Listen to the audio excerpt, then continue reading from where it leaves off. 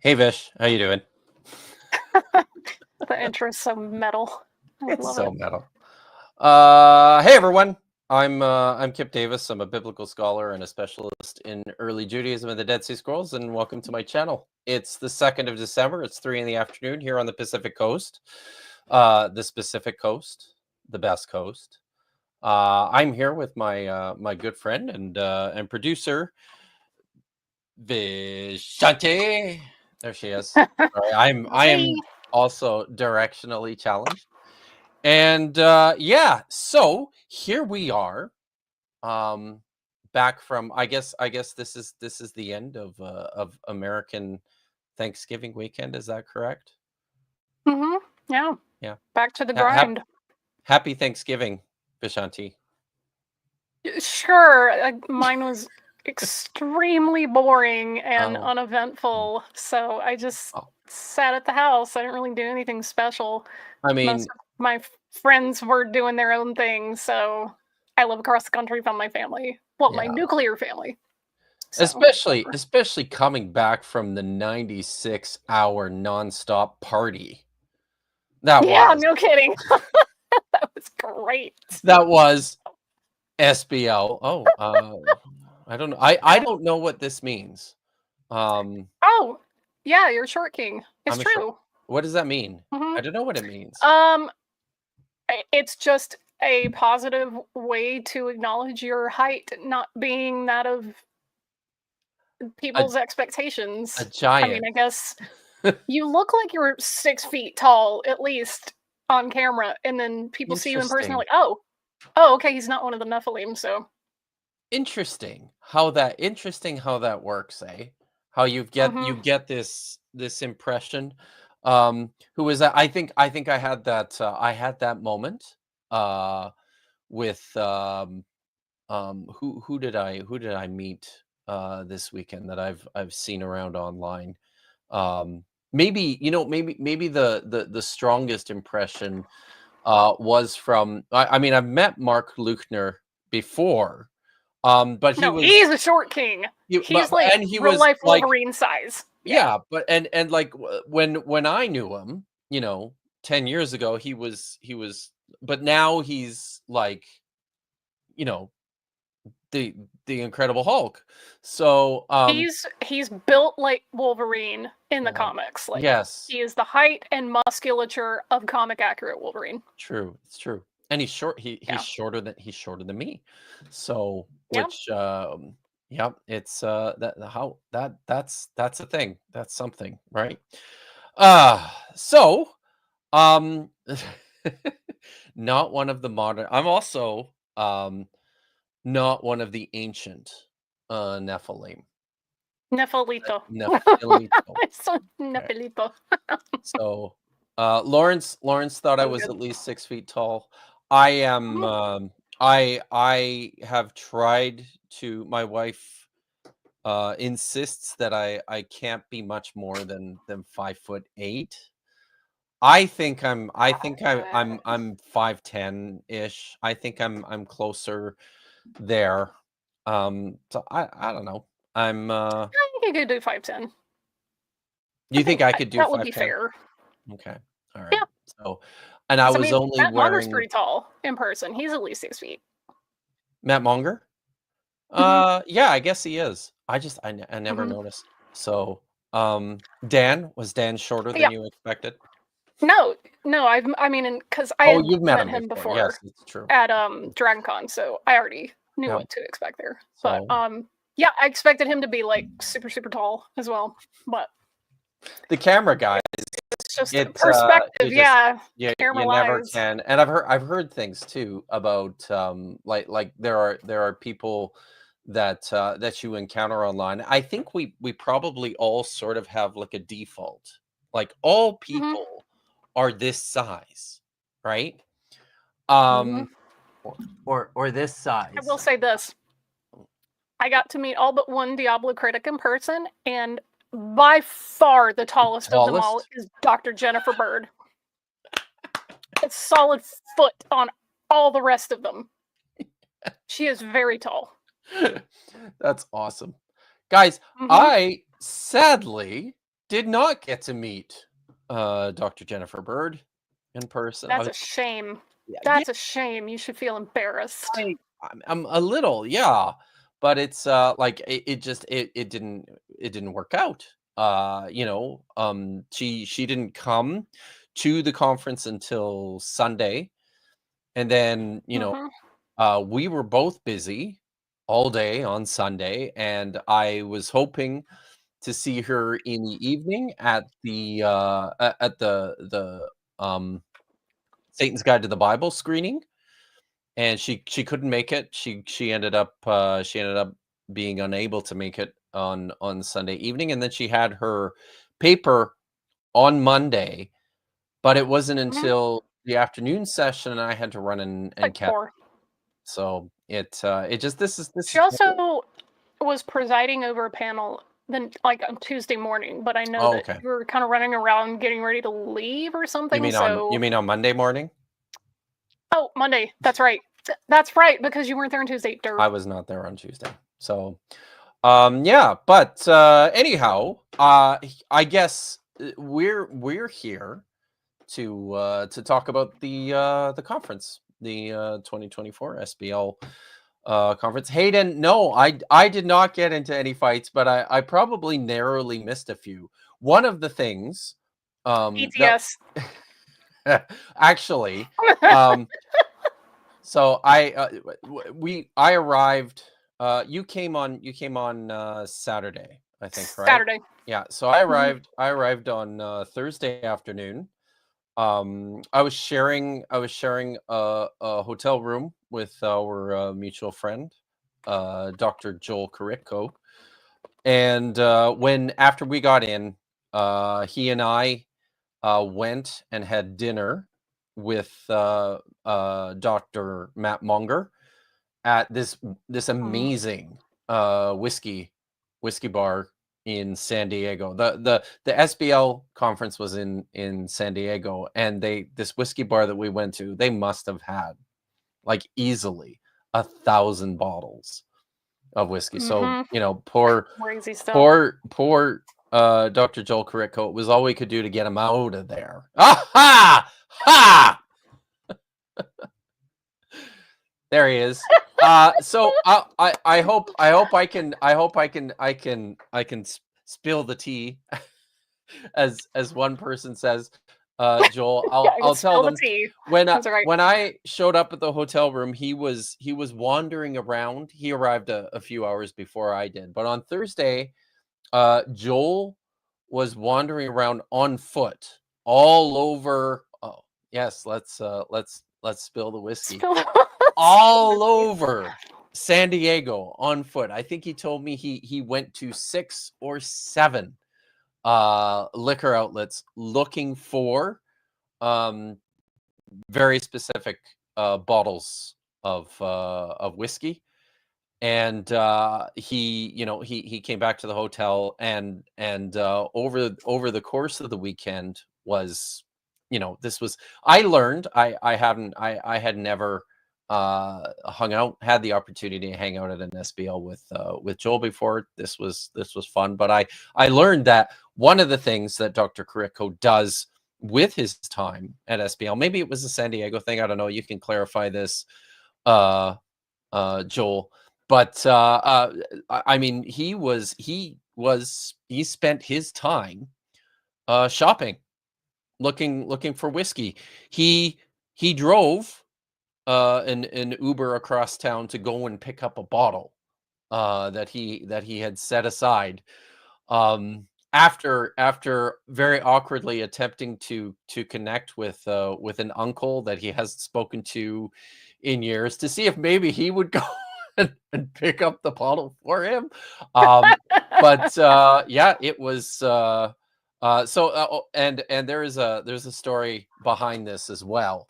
One of the things, and I was very disappointed to have missed, I don't think you went either, but one of the things I was very disappointed to have missed was on Monday evening, Joel and his friend David Barnett. David Barnett is pretty active. Oh yeah, Twitter, he's great. So they, for the second year in a row, had put together a whiskey night, an SBL whiskey night. So he brought down a couple of bottles with him. David brought some bottles with him. A couple of other guys brought some bottles, and Joel bought a couple while he was down there. Apparently, it was a crazy successful, deliriously fun evening, because I was getting texts from my buddies at 2 or 3 in the morning. Yeah. Bro, where are you at? Yeah, right. So, yeah. So I did not go to that. I was, as they say, plum tuckered. You were tuckered. Plum tuckered out. Plum tuckered. So I was in bed by like 8 o'clock that night. I was dead. Yeah. So maybe let's do this. Yeah. Let's do this let's do this recap chronologically. So that was Thursday. I hung out with Matt and Joel. We set him straight about his opinions on child sacrifice. Coming soon, Joel. So we then Friday was a weird day. The reason I was able to go to SBL, it was kind of like a last minute thing for me, but the reason I was able to go was because there's a French film company that is making a documentary about Dead Sea Scrolls forgeries. And I don't know if you guys know, but I'm kind of a big deal.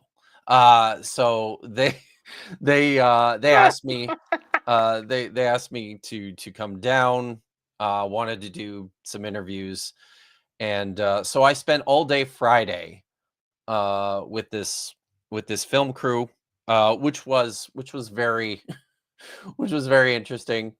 Friday morning, they were staying in an Airbnb, so they asked me to meet them over there in the morning. It was a bit of a walk from the conference center. They booked the Airbnb in, one of the sketch areas of town, which was fun.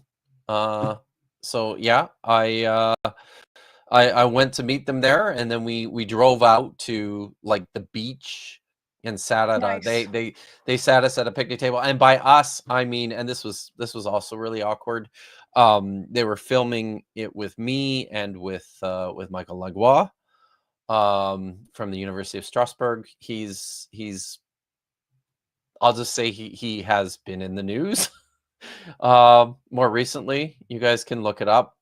I won't say anything about it, but it was, the first time I've seen him since he's been in the news.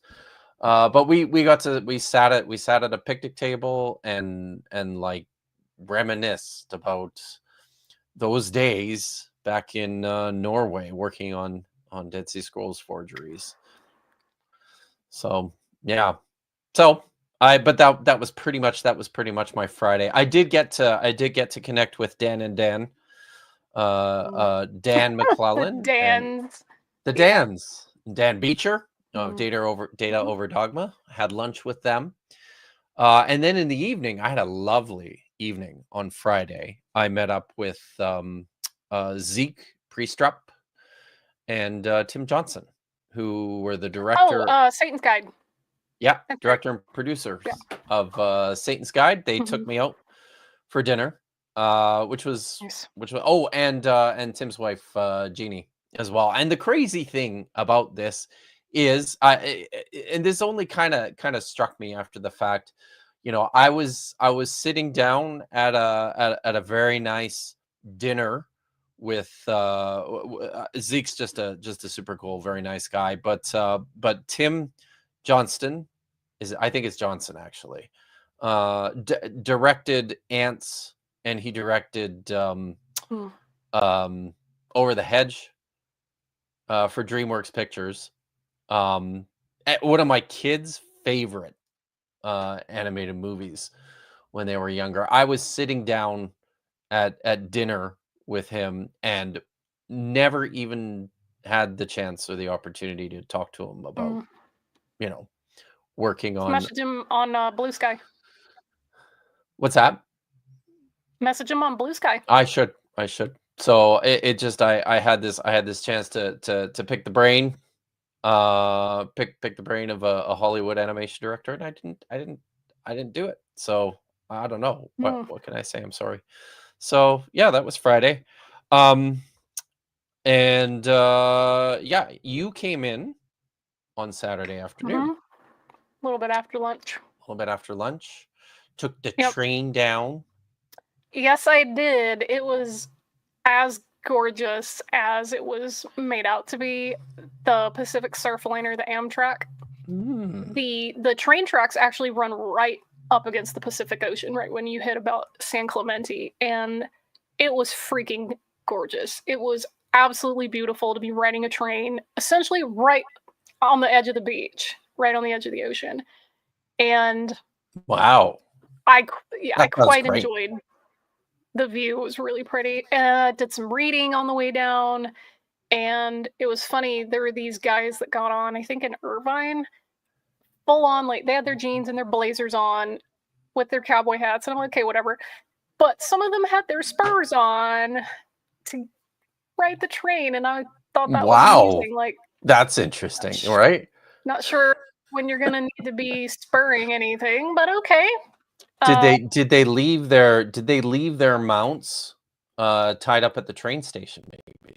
Yeah, I don't know. I would have loved to have seen if they had left their horses in Irvine, but yeah, it was a very nice train ride, very relaxing, and I get off and just walk over to the convention center. It didn't take more than about 15-ish minutes, and I was very, very pleased that my knee didn't give out on me, because when I was doing canvassing work for like voters, the selection cycle, for whatever reason, my left knee decided it was just gonna, and I started to panic, thinking, "Oh God, no! I'm not old enough to have knee problems yet." And it turns out it's probably my shoes. I had insoles in my combat boots all weekend, and I was fine. So excellent. I got a lot of steps in. I forgot how long the San Diego Convention Center is. So and it's it's a lot of walking. Not just at the convention center either, but kind of in the area to and from, all the grabbing food in the Gaslamp district and all that. It's a lot. So and we met in the in the panel on what was that? It was it was a Hebrew Bible violence. Actually, yeah. I probably so still have it here. I did a whole. Let me know if they uploaded their papers to that app, because if they did, I would like for you to send them to me. Okay. So this one was my favorite panel of the whole thing by far. Her first one. It was my first one. Violence and representation of violence in antiquity. There's like a whole programming track for just that topic. And this particular panel's theme was the Bible, genocide in Israel-Palestine, contemporary rhetoric and realities. And basically the whole point of it was to show how people have weaponized certain texts in like Joshua and the Hebrew Bible in order to dehumanize their enemies or to justify violence and genocidal rhetoric towards them. And all of the panelists were fire. Yeah, I was just like felling in my chair. So I wrote down a bunch of notes on this a few days ago while it was still fresh. Things that stood out to me were, I think it was Rachel Haverlock's panel. She was the second speaker. Yes, she was. And they were mentioning how Cotton Mather, one of the early famous preachers in the American colonial period, used the rhetoric around Amalek to demonize Native Americans. And it was from a 1689 sermon.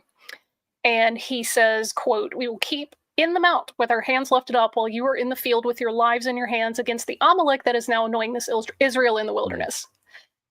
So he was comparing the American colonial settlers to Israel and comparing the Native Americans to Amalek. So when he was giving this speech to soldiers getting ready to go out and fight, he was basically saying, yeah, it's okay because the Bible says it's okay to wipe out Amalek, so you can wipe out these Native Americans because they're pasturing us. So yeah, that was gross. And Yeah, she also, all of the panelists, I believe, were either genocide scholars or scholars of the Holocaust, so they were eminently qualified. So I was discussing all of these topics. I was specifically there to see Tracy Lemos. I never. This is the fun thing about SBL is learning how everyone's names are pronounced. I always just said Tracy Lemos. It's Tracy Lemos. She's done some phenomenal work on the conquest of Canaan, in the conversation with genocide. So been reading a lot of her stuff, especially over the course of the last year. I kind of fanboyed out a little bit at the end of the panel there, but it was that was a really, really good one. So also, this is one of the panels I was really looking forward to, because when it was initially kind of publicized, there were some people making a stink about it because they were like, you're just going to be bashing Israel, and I don't like that. It shouldn't have gotten approved. And while they're within their rights to not be okay with that, I found that this, in my opinion, was the perfect venue to host a discussion on that, because I've noticed that things are only, quote, political when you don't like them, and showing how people abuse and misuse the Bible in order to, commit violence. That's a very relevant topic for the SBL. And it was really refreshing to hear 5 academics, one of which was a Christian Egyptian pastor, discuss, like, hey, we don't like it when people are doing this to the text. Here's examples, and here's modern examples. So obviously they were quoting Benjamin Netanyahu and some of the other right-wing leaders in Israel right now, who have also used the Amalek passage in order to galvanize soldiers when they're going out to fight. So they discussed a lot of themes about dehumanization, animalization. There was quotes in there from, I think, Isaiah, where they were saying, Edom is going to be slaughtered among with the animals, and saying that essentially those two were equal categories in the prophet's mind. And when you're doing that kind of level of animalization of your enemies, comparing them to various pests and so forth, it makes it a lot easier to justify what you're doing. Safwat Marzouk, who is the gentleman you're speaking of here, he's writing a commentary on the Book of Exodus right now. So I'm it's gonna be pretty fire. Pretty excited about that. So just kind of going off my notes, Haverlock noted that labeling Palestinians as Amalek justifies violence and paints Jews as perpetually threatened. So invoking, you shall blot out the memory of Amalek, remember what they did to you, it kind of puts Jews in this threat state where, oh my God, we're about to be destroyed. We have to, lash out first. And kind of invoking that rhetoric. She pulled from Shaul Magid, who I love, discussion of eternal Judeo-pessimism. Just, we're always going to be victims. People are always going to hate us. There's always going to be anti-Semitism. And it's like, that was something that he wrestled with and critiqued and unpacked, which I found really, really powerful. If you don't read Shaul Magid, by the way, you should. Do you know why you love Shaul Magid, Vishanti? I can tell you why. The reason why is, I mean, he's obviously just very cool and very on point. And we know this because he is married to a scholar of the Dead Sea Scrolls and early Judaism. So there you go. That's a winning combo. Yeah, it is. So can we hit a couple of questions and comments here? First of all, Matthew K. Wow, thanks. Nice to see you here. Your favorite Dead Sea Scrolls scholar is doing pretty good. I'm actually really good today because I had just an insane weekend. I'll tell you a little bit about it later. But thanks for coming out. Good to see you here. Carrie Ann, maybe you missed it at the very beginning. I did not get to see Jennifer. Vishanti did. And I did, and I got a selfie. And you'll show us some of those pictures, I think, too, won't you, Vish? Yeah, I have a few of Yeah. those saved. So that was, and I had to leave on Monday, so I missed Dr. Bird, sadly. Big Zebra. I guess the Americans will let anybody over the border these days. Oh man, especially looking like this, right? It's always a challenge. I was only lightly harassed this time, which was nice. It was good. There's a question from Michael Beverly. Mike. Now, by the way, Michael, I will say I did. I appreciated the video that you uploaded a few days ago about Eric Manning and Michael Jones's hand wringing over Myth Vision's video about Dionysus. So that was quite good. Thank you for that. Michael Beverly has a question here. Jonathan Adler was critical of this panel. Was it the existence of the panel or what the panel was teaching or stating? I was a bit lost by his argument, and I stayed away from this, but maybe you. Yeah, I know he you can got on talk my a little bit mentions about about it, that. so I've actually been kind of back and forth with him over this. Mhm. Initially, he was really super pissed off about the panel, and didn't super go into why, but I kind of knew why.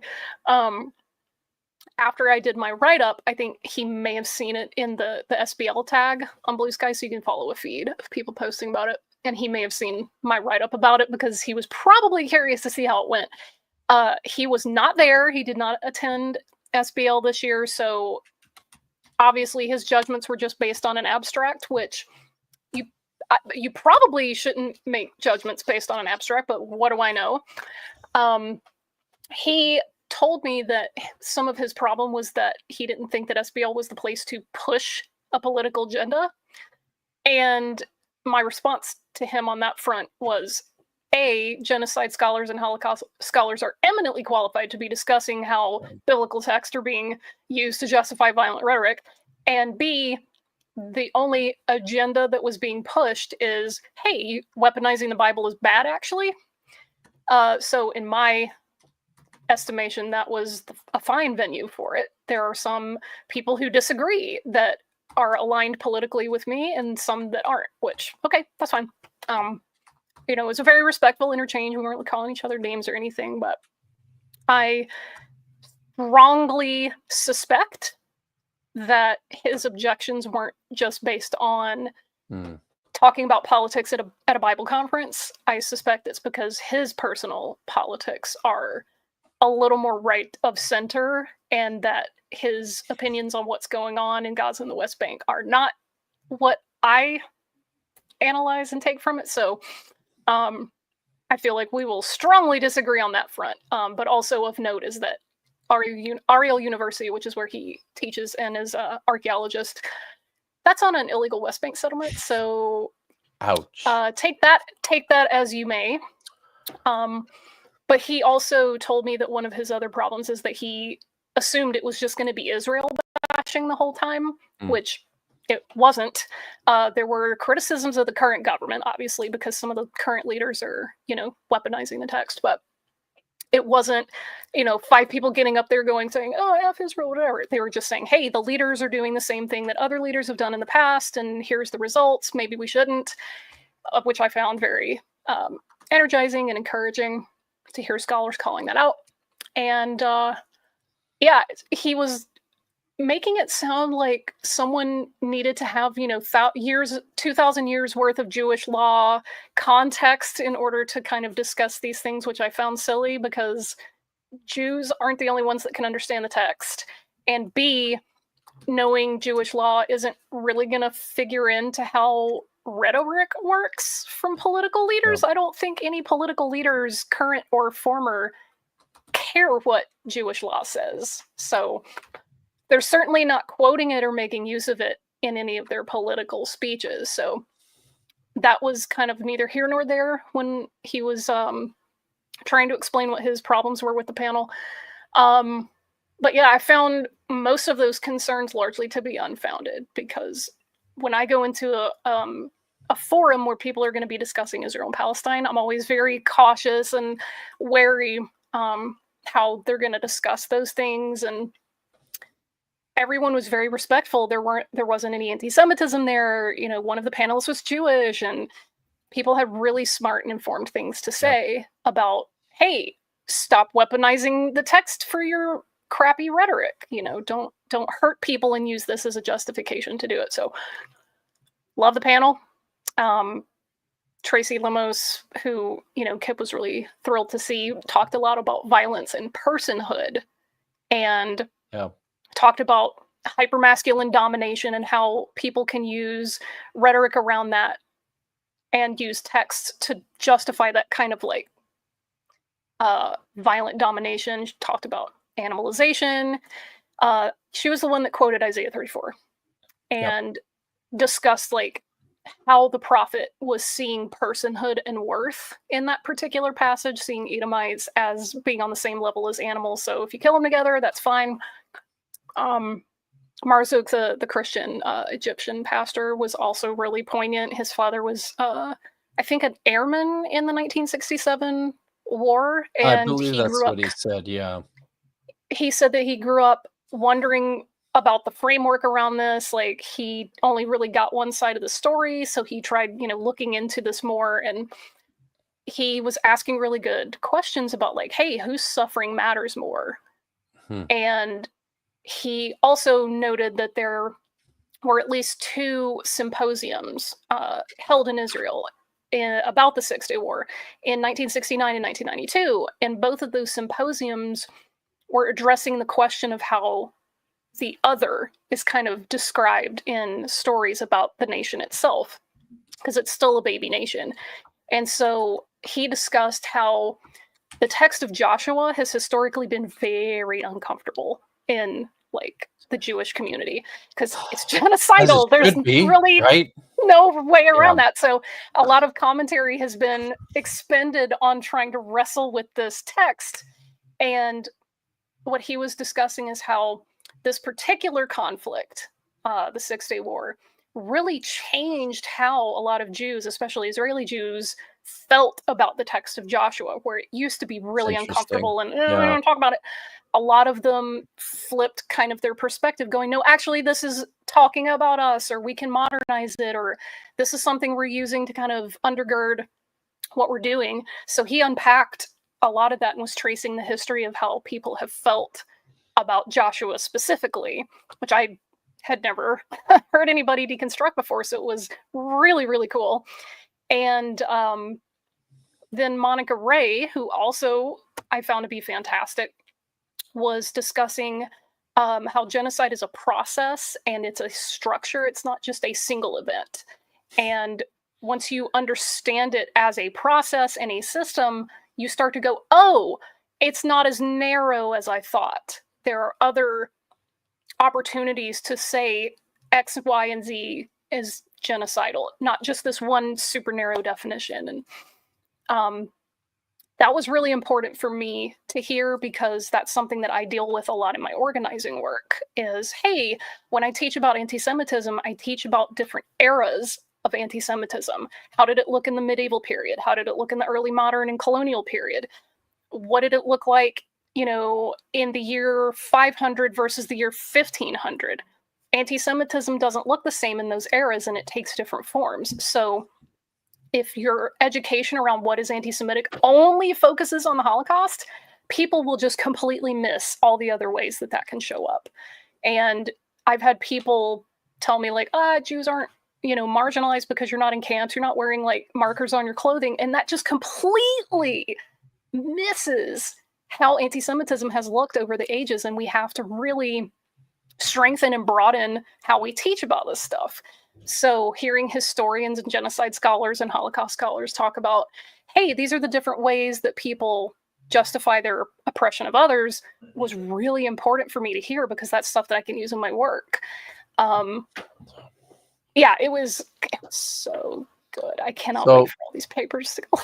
I think I feel like I need it, because especially because Tomer's a friend and he's living in it, right? Israel. But I think Yep. I kind of owe it to him to kind of and we all this is such a frustrating situation. I can only imagine what it's like actually being in there in the heart of it. And I have a number of Yeah. friends in Israel, and it's just it's a terrible situation to be in. Our our thoughts for Yeah. those of us who pray. Our prayers are with you too, Tomer. He says, I can only speak for myself. I care about my country, and our government sucks. I hate how Yeah. all of this went. I also hate how Israelis are dehumanized online. Absolutely. I know a lot of wonderful people. I can't understand this hatred. We also Nuance suffer. is inconvenient It for absolutely, people yeah, online. it really is. We Yeah. went through October 7th. We still have 100 hostages. Yep. It saddens me that I can't control any of this. I can only hope Yep. that things will get better. And I really do too, because it is a terrible mess. It has made it's one of these I think being a biblical scholar, being in the field of biblical scholarship, having this network of of friends and colleagues that across the globe, right? Yep. This is one of these very this is an issue that's really kind of brought a lot of things that were under the surface. Just kind of you just have no Yeah. choice but to confront it. Yeah. Like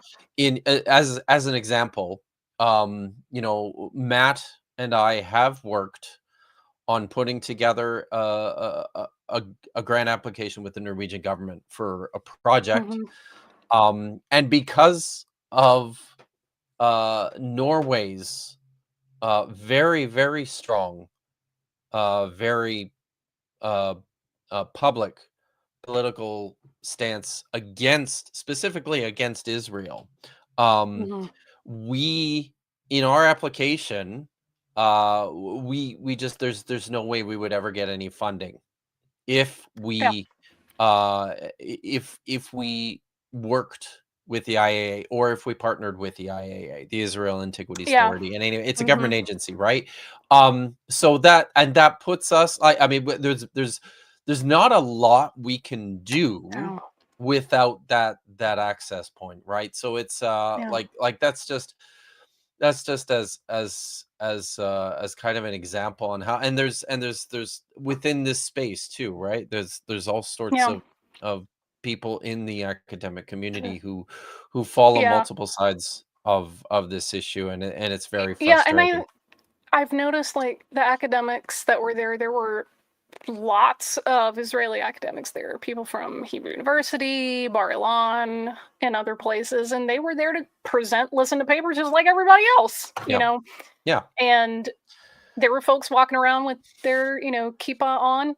Nobody harassed them, as far as I could tell, and it was nice to be in an environment where I didn't feel like I had to constantly be on guard. Maybe at ETS, but that's another. Maybe at ETS, right? Oh my god, another story. Yeah. For those it sucks. Like yeah. I live in the belly of the beast, right? I'm in the nucleus of empire right now, living in America, and I can definitely sympathize with Tomer being like, "Hey, my country's rulers currently suck, and people hate us because of that." Like, I remember right after 9/11 when America just started invading everybody, and the whole planet was like, "Ew, Americans!" Like, that was a very, very similar sort of thing. So like I said, nuance can be very inconvenient for people online. They think, "Oh, well, you're all this one way." No. It's funny because I think the only people on earth who hate our leader here in Canada are Canadians. So it's anyhow. Yeah, I also, so I wanted to Hayden, it's good to see you here. I wanted to pull this up in large part just because I wanted to draw people's attention to Hayden's podcast. He's got a new podcast. I wasn't ready for this. I'm sorry, Hayden. So I don't remember what your podcast is called. Can you throw that in the chat? I'm going to be Megan Lewis was on an episode, I think the inaugural episode of his podcast. Nice. I know Josh has been on or is going to be on. I'm going to be making an appearance. Oh, it's good to see you, Dan. Thanks for stopping by and saying hi. Listen, for those who are unaware, the ETS is the Evangelical Theological Society, and they run a shadow conference in the same place as the Society of Biblical Shadow Literature. Conference. That's a funny way to say it is, though. That's seriously it what is, it though. is. I mean, it is. And the conference occurs on I think it runs from Wednesday to Friday. SBL runs from Friday to Tuesday. So and it gives some people the opportunity to attend both. A bunch of excellent scholars do actually go to both ETS and SBL. But it's it's the kind of place where you do run into the evangelical apologetic folks. I was staying. There's tea to be spilled there for sure. I won't say anything, but I'll say that I was staying. Listen, I was staying at the Hilton, which is on the south side of the convention center. Matt and Dan were staying at the Marriott, which is on the north side of the convention center. The ETS conference was at the Marriott. So when Matt arrived, Dan didn't get there until Friday, but when Matt arrived on Thursday, he was already in full, damage control, trying to hide from notorious apologetic YouTubers who are all filling the halls of his hotel for ETS. But I don't know. They can have their their little pasty white incel old men. We're not welcome at your club. We'll just make our own. Pretty much, right? So there was a couple. I wanted to just say hi to Simone. Good to see you here. I had a question here from. Oh, did you grab that? Sorry, it's bad when both of us are doing this. April Parker had a question. Was the ancient Hebrew language Hebrew or Aramaic? And I think the answer is yes. I think it kind of depends on what you're talking about here. I wonder if maybe the best way to respond to this question is that Hebrew, Aramaic is Hebrew and Aramaic are very closely related languages. Both were spoken more broadly in the region of Canaan. Aram is further to the north. Hebrew was spoken, in the southern parts of Canaan, but they're very, very close. We have some very important inscriptions in Aramaic. The Tel Dan inscription, which dates to the 9th century, preserves mention of the house of Data. I said the house of Data, didn't I? Data. The house of David is an Aramaic inscription. And there are various connecting points with certainly the text of the Hebrew Bible and Jewish the emergence of Jewish religion in terms of this in terms of the two languages. Most of the Hebrew Bible texts are written in Hebrew. Hebrew is close to Aramaic. It's also close to Moabite and Edomite, fairly close to Ugaritic. It would be like super easy for you to learn Aramaic Tomer. Like you could pick it up in days, literally.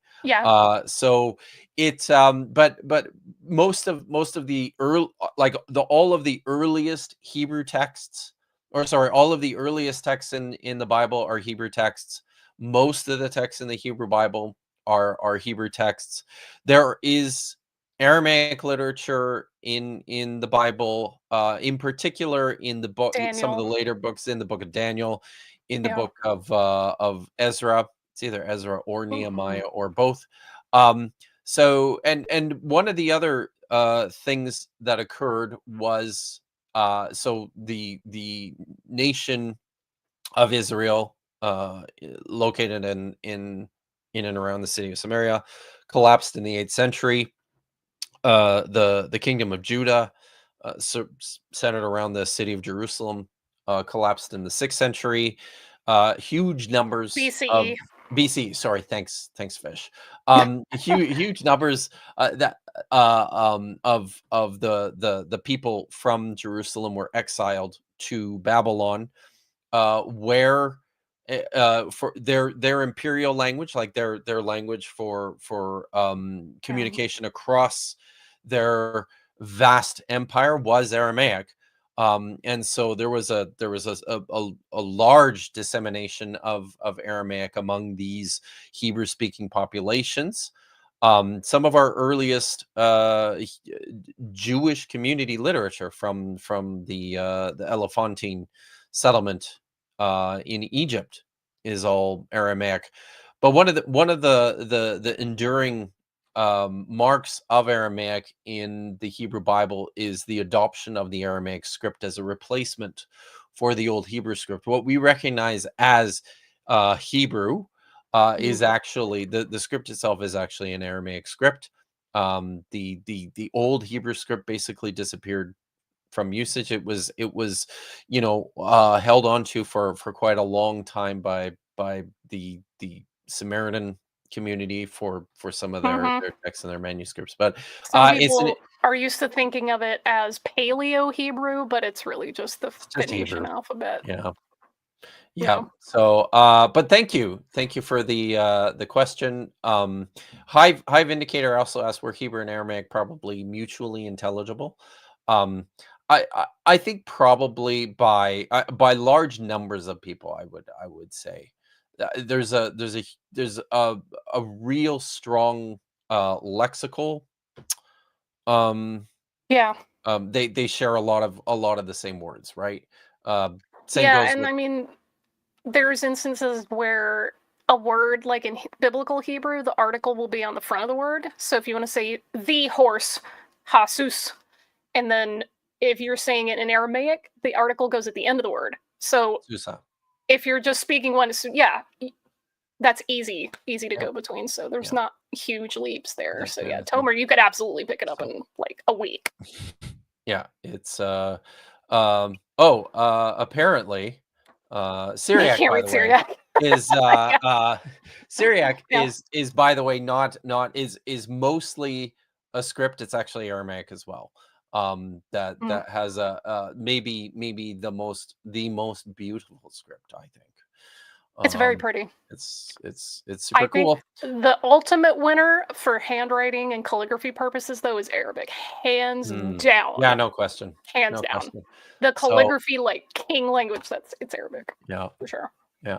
So did SBL fight like the sharks? Are you kidding? I mean, no, because they'd get their asses absolutely trounced. I mean, not only do the SBLAAR crowd outnumber the ETS crowd by a factor of probably 30 or 40. We have Mark Luchter, so right. That's our champion. I think it's going to go to the SBLAAR side.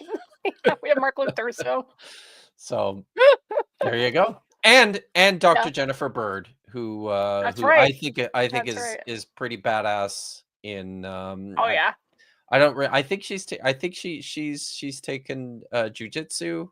I'm not sure, but I won't test it. That West Side Story really happened, by the way. Those people who think it was inspired by Shakespeare they really are. They are just not inspired by Shakespeare. I happen to mention to Michael in the comments of his channel, because he made this very excellent point that the works of Shakespeare have inspired literally thousands of pieces of English fiction, from short stories to novels to films to commercials to like what have you, right? Yeah, but have you ever read Shakespeare in the original Klingon? I have not. I know. And so the apparently, the original Klingon even inspired the English Shakespeare. It's true. You're right. That's right. So but I have to say my favorite film adaptation of Shakespeare, and I'm probably dating myself, and it probably says a lot about me as a person, is the 1990s classic 10 Things I Hate About You, starring Heath Ledger and Julia Stiles. Brilliant, hilarious film. Also, it takes place in Seattle, which is cool because it's it's just right over there.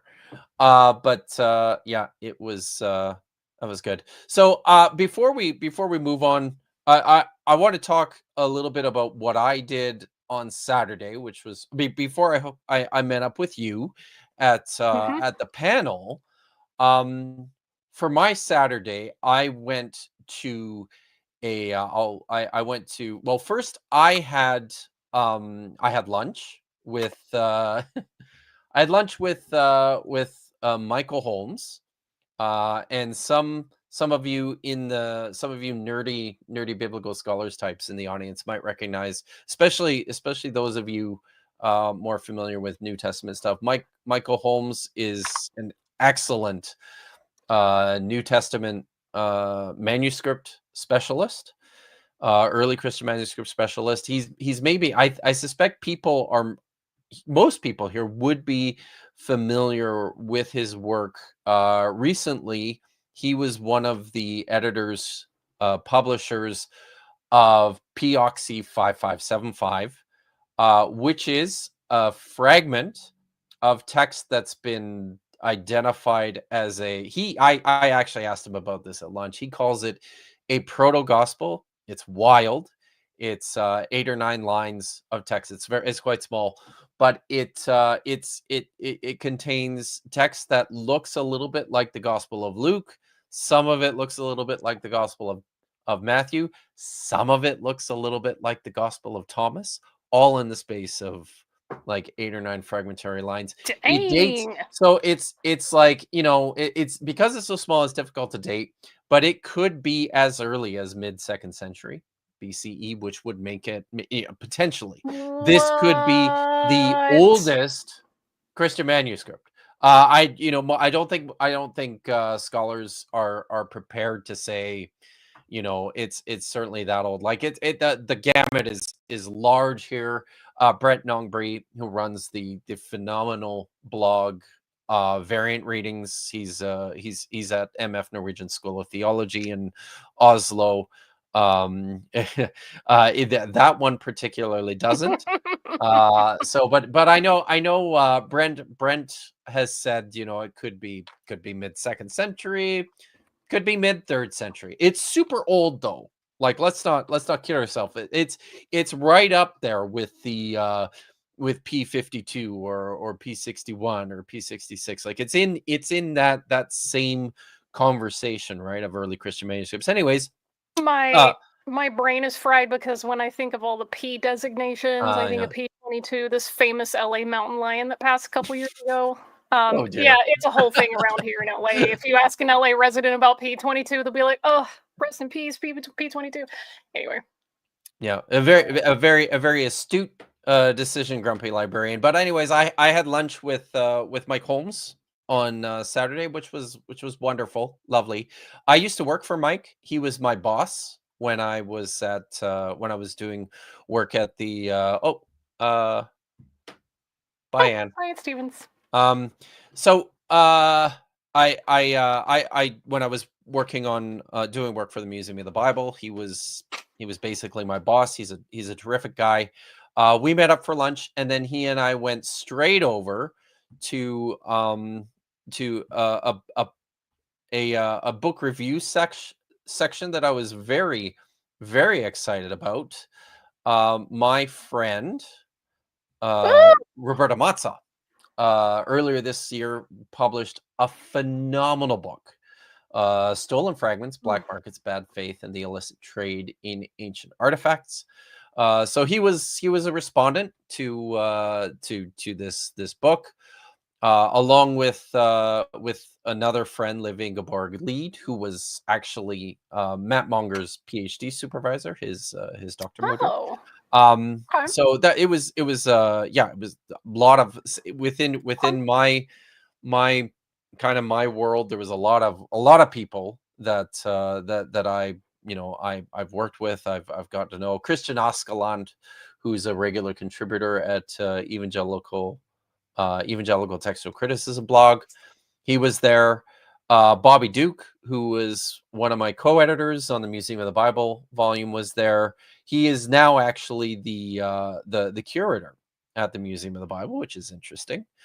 Drew Longaker, who's done some blogging also, I think, at Evangelical Textual Criticism, was there.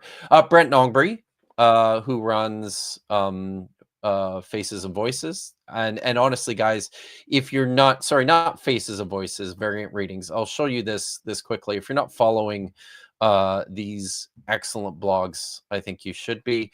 Roberta Mazza, brilliant papyrologist. She's currently in I think she's in Livorno, Italy. Is that right? She teaches in Italy now. She used to be at the University of Manchester for many years, and we are all the poorer, those of us Manchester alums, for the fact that she's not there anymore. I mean, I guess we can still talk to her and hang out, but it's she was at Manchester. Roberta is brilliant. She runs this excellent blog called Faces and Voices. You should all check it out. You should all buy this book, because this is an awesome book. It's not just, I'm going to show it again. It's not just interesting. It's crazy entertaining. It's super fun. It's a it's part whodunit, part like true crime, part biblical scholarship nerdiness, right? So love it. yeah. So and I'll show this one. I'll stop that. So Brent Nongbury runs the other one I have here. Brent Nongbury runs Variant Readings, and he's the first. He's literally, this is the first place I go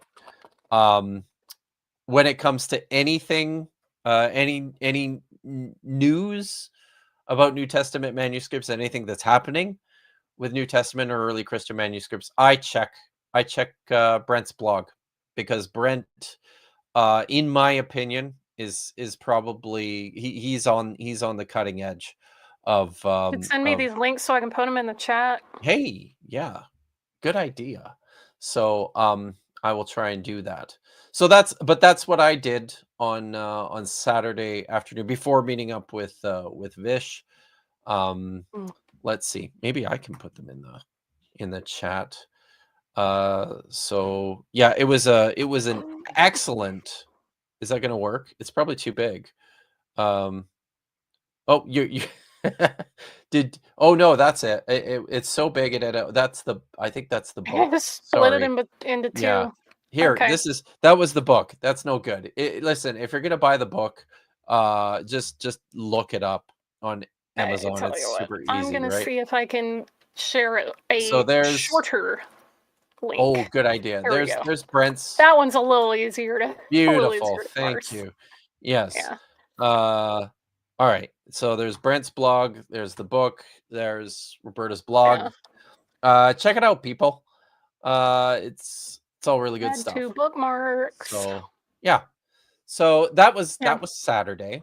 We had a great time. You went out with. I wanted to say also one of the highlights for me at that excellent panel on Old Testament violence and genocide was I got to connect with an old friend. Seth Sanders was there. It was cool to see him. And I should have known this. But I didn't until I just sat down. I sat down in my seat, and the room was filling up. It was not a very big room, and it was packed. Yeah, it should have been bigger. Yeah, really should have. Big. It was filling up, and as it was filling up, I looked at the front, and I saw a familiar face. And as one does at SBL, the very first thing you do is you always check everyone's name tags. And sure enough, there's the it was yes, exactly. Dr. Alexiana Fry was there. She and I have not had the we've done some streams together. We've been working on another project off and on together, so it was nice. Got a chance to meet her in person. She gave me a huge hug and just about knocked me out of my chair, which was fun, but love it and unexpected. So yeah, that was cool. So that was Saturday, and then in the evening, you went out with Dan. Dan had a meetup with some people from his Discord, I think, right? Yeah, we tried to make that happen, and it just did not work. Like, no schedules were aligning. It was just this crazy tag-you're-it kind of thing. So eventually, like, a group of us just went out and grabbed dinner, which was pretty cool anyway. Yeah. So it was funny, like, waiting for the table. Barterman just walks in, and I'm sitting here, like, screaming internally, you know, freaking Bart Ehrman. And he's tiny, short little king too. But yeah, it's funny because like biblical scholars, a lot of these people honestly, know each most other. of them are pretty short.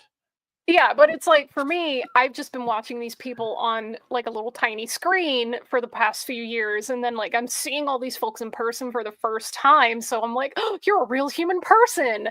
And I'm getting all excited. And yeah, he just walks by, and of course, because a lot of these people already know each other, they're like, hey Dan, hey Bart. And I'm just sitting here like, oh my God. So a little surreal. Yes, much better than the surreal experience that Matt had in his hotel. You know, the day he arrived. Yes, he's snapping and sending pictures out of William Lane Craig and Mike Winger and a certain Egyptologist that shall not be named, you know, wandering around in his hotel as he's hiding behind plants, trying to make sure he, you know. So, anyways, yeah. So that was Saturday. Saturday was fun. Oh, we went to I think afterwards, right? You connected, you and Dan and Matt and I connected at the Enoch seminar. Reception. Yeah. We crashed the Enoch seminar reception. Yep. So, well, all of us except for Matt crashed the Enoch seminar. That's true. Yeah, that's where But we crashed. Yes, he didn't. Yes. So he was legitimately invited. He's actually a member of the Enoch seminar. For some reason, I've never presented at the Enoch seminar. I'm not entirely sure. It's just been get on that. I know it's been a timing thing.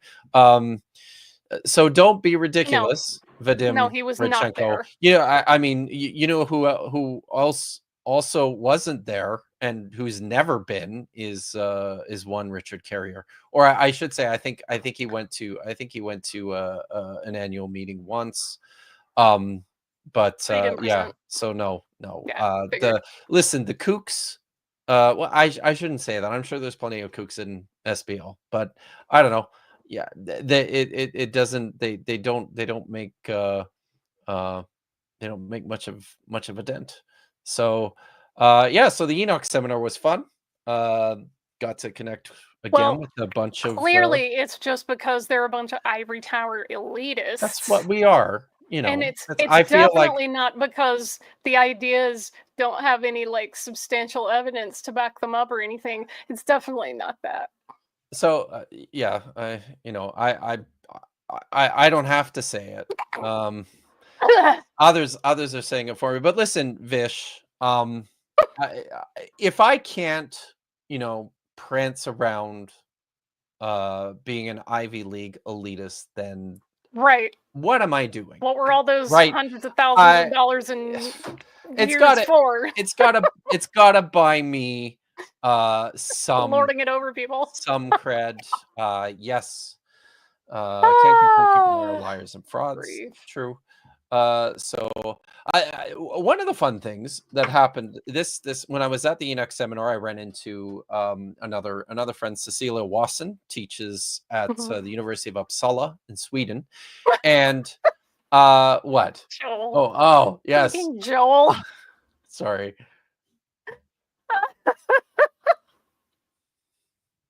Yeah. Thanks, Joel. Yeah. Thanks. Yeah, Joel. Good to know. Did in fact go to Oxford, the city. So my Cecilia Wasson teaches at the University of Uppsala in Sweden, and she years ago, like 5 years ago, I was she was editing a it's either a dictionary or an encyclopedia of the Dead Sea Scrolls and the now's your chance, Dan. Your one and only chance. Yeah. So but I was asked to write an introduction to the scholarship and the history of publication of the Dead Sea Scrolls for this encyclopedia. I sent it in, I met all my deadlines, and then as is often the case, I heard nothing for a couple of years. I just assumed that the project had been scrapped, and I show up at the Enoch seminar. I'm hanging out with Cecilia Wasson, and she tells me that she's just about ready to get her first draft done. So hey guys, it's coming out. Well, it's finally coming out. So better late than never. So so that was Saturday, I think, wasn't it? That was Saturday. It was a day. Thank you. That's funny. You and Jeremiah J. Johnston, Hive Indicator. Right. You are in the same camp.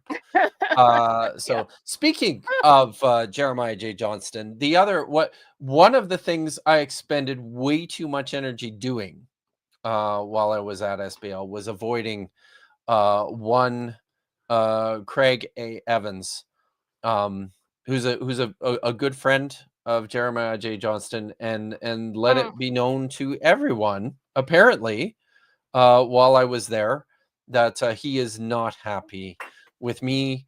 I heard from 3 people.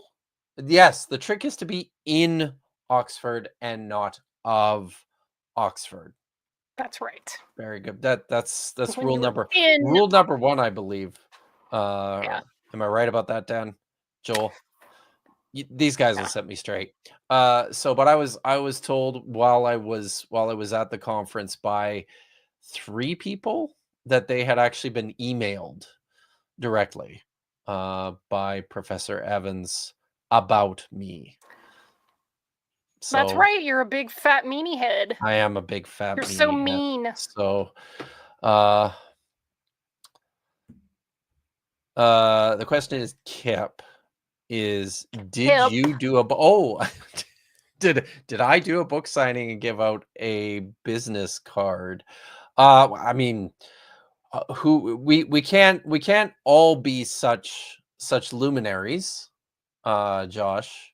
You should know. I'm just a pleb. Oh my God. I'm just one of the SBL plebs. So I don't unwashed masses. Yes, one of the unwashed masses. So Sunday I went to the Kumran section. There was actually 2. I went to the morning section, which and they did something interesting and new to me. This is something that SBL apparently has been experimenting a little bit with lately. Are these I think they call them like micro sections ordinarily at a session. They're usually 2.5 to 3 hours, and they usually feature 4 or 5, maybe 6 individual papers. People, get up, they read their papers. There's some time for some questions afterwards. The Qumran section offered what they called like a microsection, where in this 3-hour block, they actually had 9 presenters. And each presenter was given a hard 8-minute limit and was told, get to the point. And honestly, I gotta say, especially in a venue and in a setting like that, where it's a lot of specialists, right? You don't have to um meander around the introductory stuff and contextualizing a lot of your points. People there's a broad base of background knowledge already. I think even like you were there for that section. I think even as someone who has entered has not kind of grown up in Qumran academics, I think it was easy enough for everyone. Yeah, I mean, I wasn't really struggling with any of it. I mean, there was some really hyper specific technical language, stuff, right? occasionally technical stuff, but like overall, I was keeping up, I thought, pretty well, and that's because I watched your videos. I've taken at least a course on related topics, so nice. It wasn't completely impenetrable for me. But that was the session where he showed his database, right? Yeah, this is Matt Monger presented in the Qumran section, and put that link in the chat. So go get that. So the idea is to do like 9 of these really short little summary papers, presentations, and to leave lots of room for like a dialogue among the attendees, the people in the audience. I thought it was great. I was not sure how this was going to look kind of going into it, but I thought it was fantastic. They did the first 5 papers, and then they had like 30 minutes of just straight, discussion about whatever people wanted to talk about related to all of them. And then they did the final 4, and Matt gave his presentation at the database that he has put together over the course of the last it's probably been 2 years he's been working on this. So it's a searchable open access database of Scribal features. Vish has put the link into the chat. It's Scribal features of the Dead Sea Scrolls, based on everything that's been published in Discoveries of the Judean Desert. Discoveries in the Judean Desert. That's the official series of the Dead Sea Scrolls. So there you can and you can organize, and you can like keyword. It's so cool. You can do keyword searches. He's linked everything there to the IAA photographic database. And you can organize things on the basis of like line length or column height or script size. Terrific resource. It's something that I know Matt has big plans for, hoping to expand, and hopefully at some point, because there are some severe limitations with DJD with Discoveries in the Judean Desert. I think the hope eventually is to start just adding a lot of our own metrics on some of this stuff, because a lot of it just needs to be redone and consolidated. So but the micro sessions, they were excellent, and Matt's paper was and his presentation of the database was excellent. I don't know, do you have any thoughts about? And he was actually he mentioned that he was glad that he presented the database while it was in progress rather than when it was, done, quote unquote, because not only is he still looking around for good Python coders, but he's also wanting more scholars to get involved, because, I mean, who else is qualified to help talk about what the keyword should be and the metrics that you're going to use than the people who are in the field? So he got a lot of interest in that, and I'm really glad, and I hope that with all the crowdsourcing that he really is able to make this baby what he wants it to be. Even when I was hanging out with him on Monday before I left, he had told me that he had already been in contact with coders and a couple of there was like a guy who does digital humanities that reached out to him already. And yes, Marcos Malo, we will be sure to stick all the links that we mentioned in the description at least. Yep, in the description of the video after we're done. So right, so that was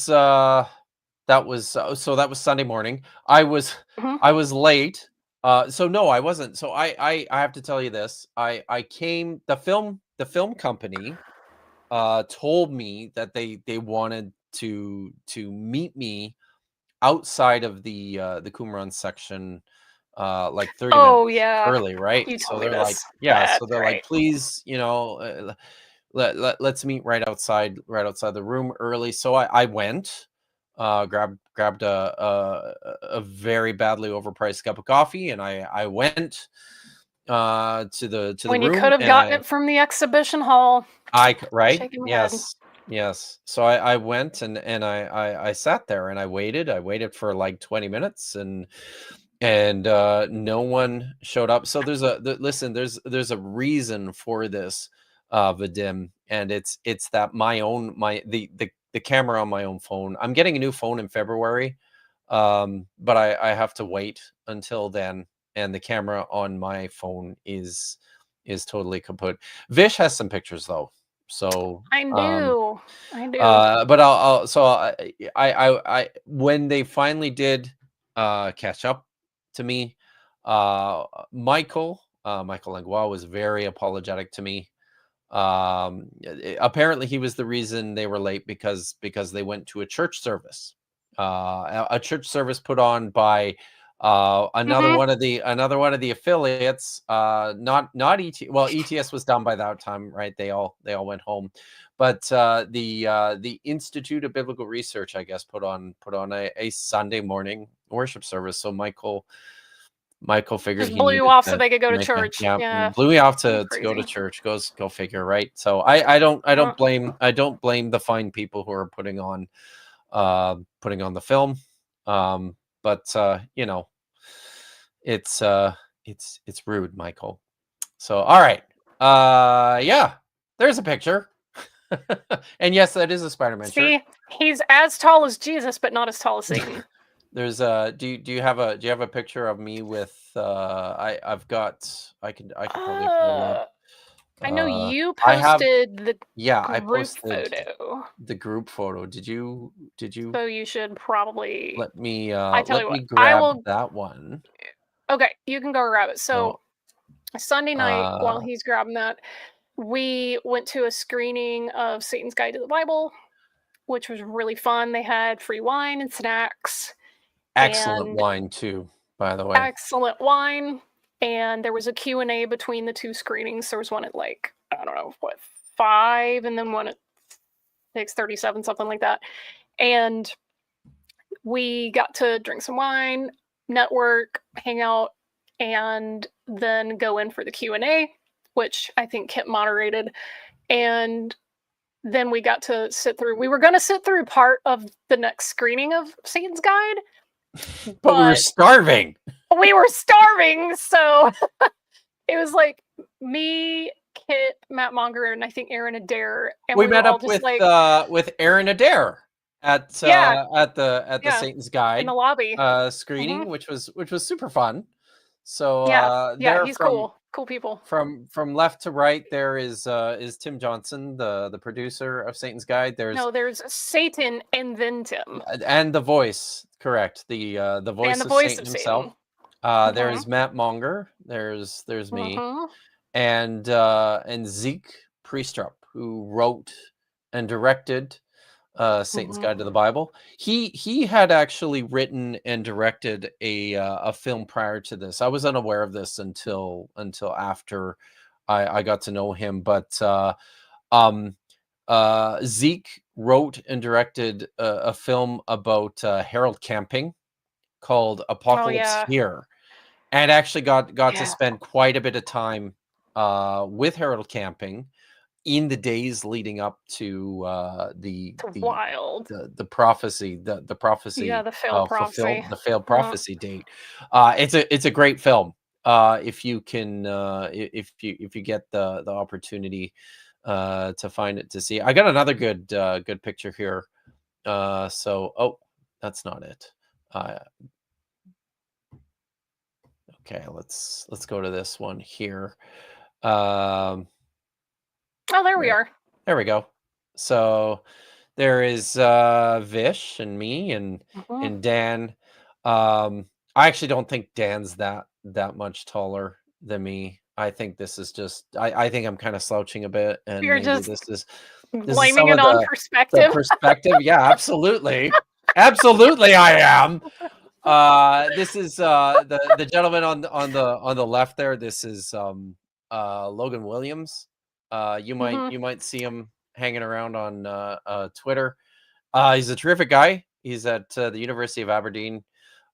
He's I had just watched one of his episodes of Data Over Dogma right before the convention, which is why I thought I had already met him and why he was looking at me like I grew two heads.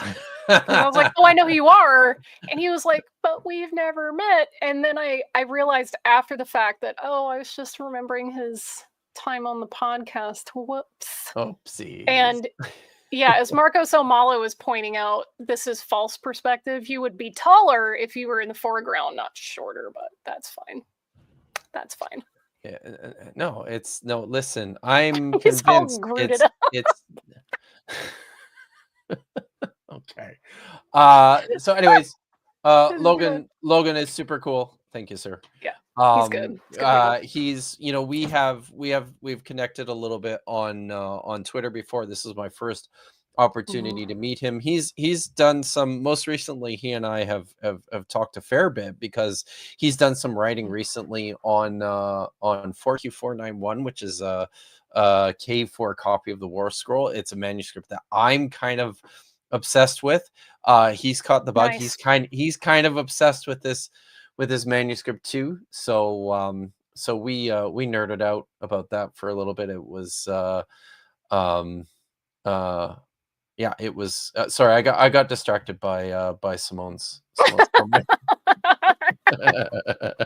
Yeah, so it was great. Oh, by the way, I should mention this in connection with Logan. Logan did a stream with I think with What Your Pastor Didn't Tell You, and with Joel, with Zach Miller and Joel Carrico, all about it, basically responding to the nonsense of this. I don't even know who I never heard of this guy before, but there's this guy promoting himself as some sort of specialist in Hebrew and ancient Israelite religion on Alex O'Connor's channel. If you're still in the chat, Joel, remind me who this guy was. But Alex O'Connor had this guy on saying all this unbelievably stupid nonsense about Hebrew and about the Hebrew Bible. So I know who you're talking about. That's Mystify or Justify or Magnify. That's the guy. Magnify. Thanks, man. Yeah. Yep, go check it. Is that also on your channel, Joel? I think that's on your channel too, right? So it's on both Joel's channel. It's also on Zach Miller's channel, What Your Pastor Didn't Tell You. Go check it out. It's great. So Logan Williams participated in that as well. So that's shout out. You know what this is. Shout out to Whippenstock for flavored lip balm. That was a big hit in the exhibition room. This particular publisher, Whippenstock, has lip balm, and let me tell you, what an awesome as I told Dan McClellan, I keep that thing on me, and it's lip balm. Guys, speaking of whip and stock, maybe I should so maybe continue talking about our our So Sunday night Sunday while night, I find this yeah, other picture. we were starving, so we Yes. did not stay for the whole screening, which is unfortunate because it's really entertaining. But we had all seen it multiple times before, so we felt justified in pursuing our appetite. So we basically just started walking, deciding we would just find something along the way on the way back to the convention center. So we ended up eating, I think, Thai food, which was very delicious. It was really good. The I Thai just food was. inhaled a huge bowl of rice. I could have eaten easily 2 or 3 times that amount of rice. They should have given me more. But yeah, I'm telling you, man, it's those Filipino genes breeding true. I will eat rice every day of my life. So that was really good. And then that I just basically we went and crashed. Wasn't it Sunday night? Was the Nordic thing? The Nordic party? We didn't crash that one. That was that was. You were invited. I was invited to that one. So yeah, we were all at the Nordic reception, or went to the Nordic party, which is the Nordic reception is usually, in my opinion, and I'm not. This is not because I'm like biased, y'all, but honestly, the Nordic reception at SBL is usually in the top 10, top 5, I think, every year. It's phenomenal. They had chocolate cake, which automatically gets them points in my book. And the one thing, like the thing is, guys, like you went to the Enoch reception, Vish, and they gave you a drink ticket, little drink tickets, right? And you got a tiny little glass of communion wine. Then you had the privilege to spend $20 for a second glass of wine if you so want to. No, listen, guys, the Nordics do it right. It's an open bar, baby, at the Nordic reception. There's food, whole ass table of food. The room was way too small, but you know they honestly they should have known better, because usually there is like the size of a closet. 200 people at the Nordic reception. So we went and hung out at the Nordic reception, which was awesome. Again, just got to connect with my people. So I figured I should mention this. Another fine book published by Whip&Stock that we learned about while we're at SBL is this volume here. There we go. Oh, Torlife. Yes. Oh, that's one of the titles of all time. That's a title, y'all. You need to make that bigger. Do I? Can make that way bigger so that I can spotlight it. Yeah. Can I let's zoom see. I can way in. I can do that. Can I and zoom in? Shoot. Not because it's not on. I don't think I can. Oh yeah, there we go. Here we go. There we go. So this is a book. These are Torleif Elgvin's translations of the Hodayot. Torleif Elgvin is a probably the most famous Dead Sea Scrolls scholar in Norway. So I used to work with him. He was when I lived in Norway. He was the supervisor of the project that I was working for. But so he has published this book with that title. I believe the title is a direct translation from the Norwegian, which is a direct translation from the Hebrew in the Hodayot. But that's the title. So it sure is a title. Yeah. Oh, look there. There's famous for all the right reasons. Yeah. There's this Dan Beecher. This was Tuesday. I took this photo of Dan Beecher wearing this amazing shirt. Wake up, sluts! It's time to sin. which At had SBL. me just, yeah, he wore it at SBL, and you can tell he's very proud of it. So you're a hero, Dan Beecher. You really yeah, are. what a legend. Like, what a legend. Legend. So yeah, I will say this. So Sunday night was the Nordic reception. Yep. The room was way too small and Yeah, way too full of people, and I just could not.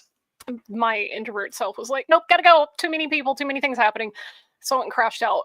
And the next morning, I was staying with a friend in not far from San Diego, so I didn't have to spend hundreds of dollars on lodging, and he made an You had a amazing breakfast for the delicious two of us. breakfast. Fried eggs, turkey bacon, toast, hash browns, coffee, and not pictured are the literal pan-sized pancakes.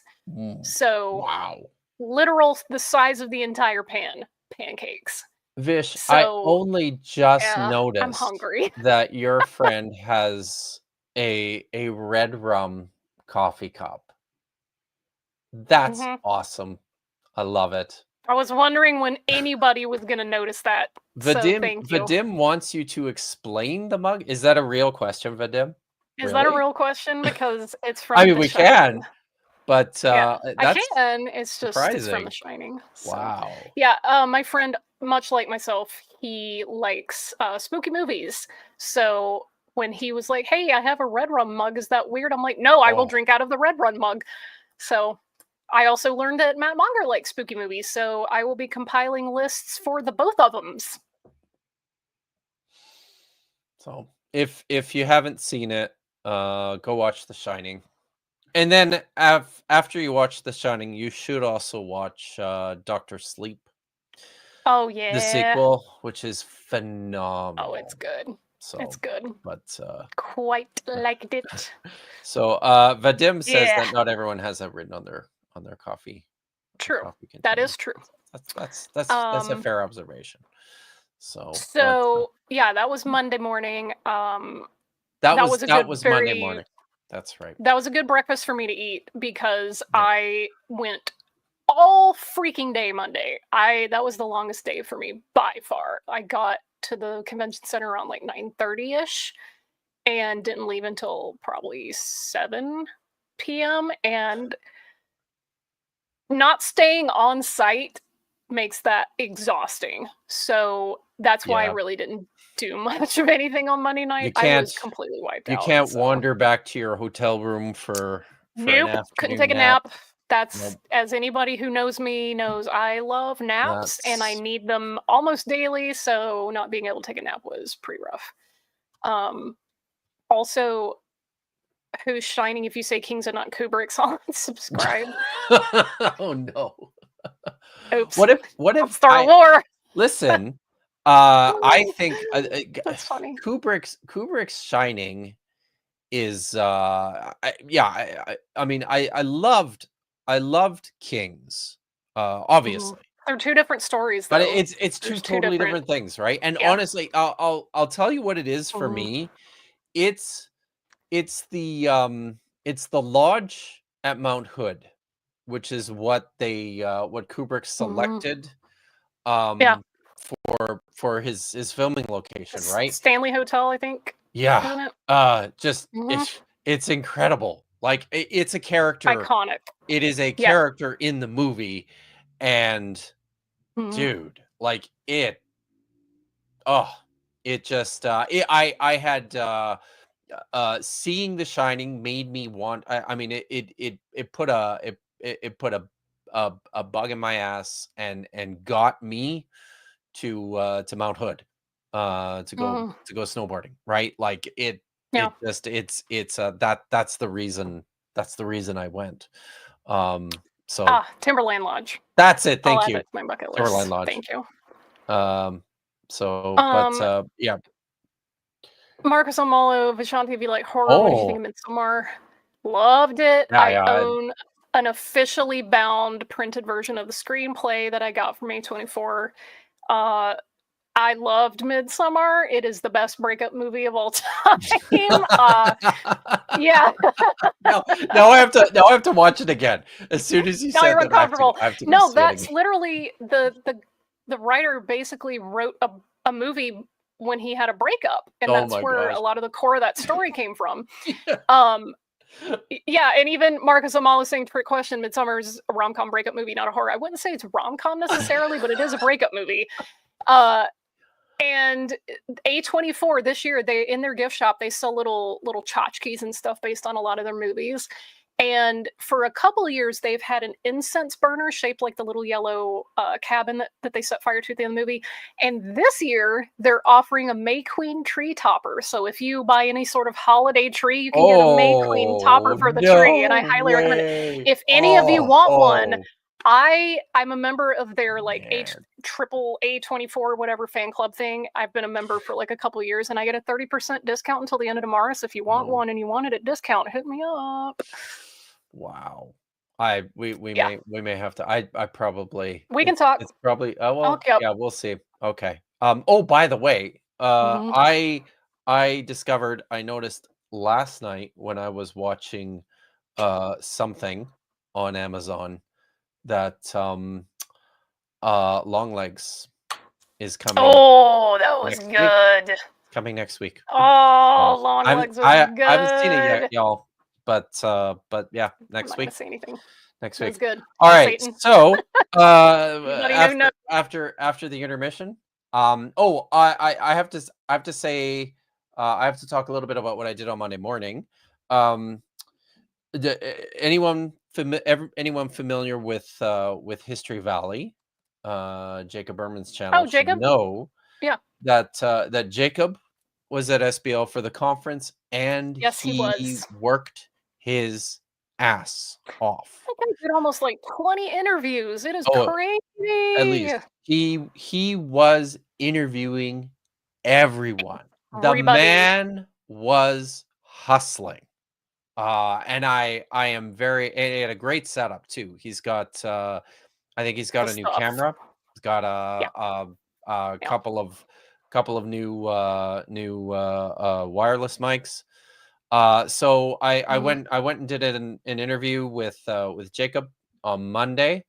So if y'all haven't subscribed, go check it out. He's got like content coming out of the woodwork over the next little while with all the filming that he did at SBL. And I got to meet Dr. Dennis McDonald, who apparently is Jacob's legitimate conference buddy, not the fake kind of conference buddy that some people want to brag about. He's legitimately a conference buddy of Jacob Berman. So yeah, go check out Jacob's channel. But that's what I did on Monday morning, and then I had to fly home, and I had to miss whiskey night on Monday. So I'm still sad about that, and bitter about all the texts that I received at 3 a.m. on Tuesday. But Vish, what was going on Monday? Oh, I stumbled into a panel on, I think, Palestine and Gaza and different scholarly analyses on genocide.